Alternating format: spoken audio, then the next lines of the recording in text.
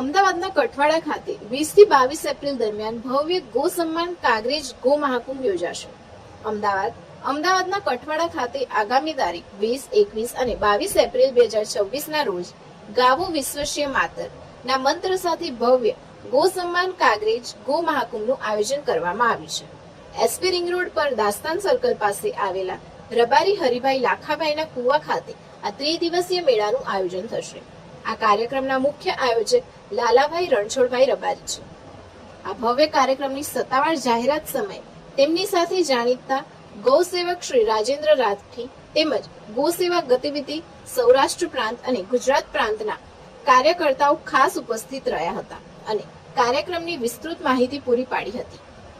આ મહાકુંભ માટે આશરે 450 થી 500 ગાયોનું રજીસ્ટ્રેશન થયું છે, જેમાંથી 100 ગાયોની પસંદગી કરવામાં આવશે।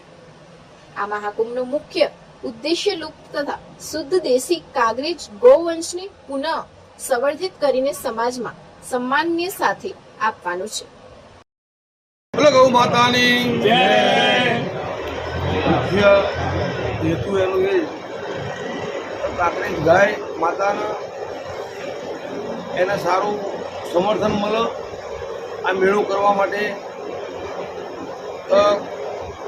ગોપાલક ગૌચાહક ખેડૂતો આ ગાયો જે રખડતી હોય છે એ ગાયોના માટે ખાલી આ ખેડૂતના જે માલધારી વરણ ખાલી એક ગાય ખાલી સાચવો ને તો ગાય રખડતી નહીં જોવા મળે।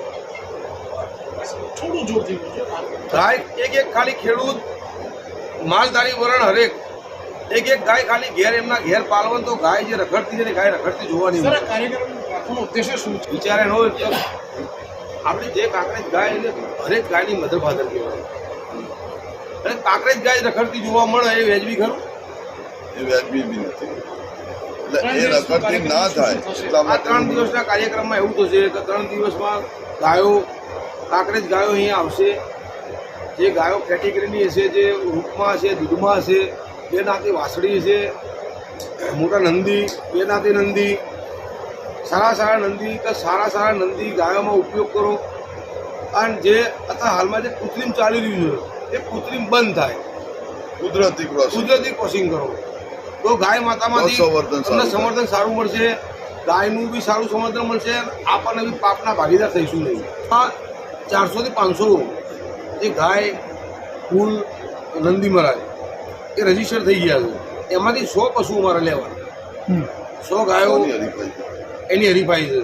એમાંથી જેટલા સારા નંગ સારા હશે એ અમે એની અંદર લાવીશું। સારી ગાય હોય રૂપમાં, સારી ગાય દૂધમાં હોય ને વાસળી સારી રૂપાળી હોય એ અમારા લોહીમાં જ છે। આ બધું તે ધ્યાનમાં રાખો। આ ધ્યાનમાં અમને ખબર છે કે આ ગાય સારી, એના અમુક પોઈન્ટ જોઈએ, એ પોઈન્ટ દ્વારા અમે એના કમિટી મેમ્બરો બધા નક્કી કરશે।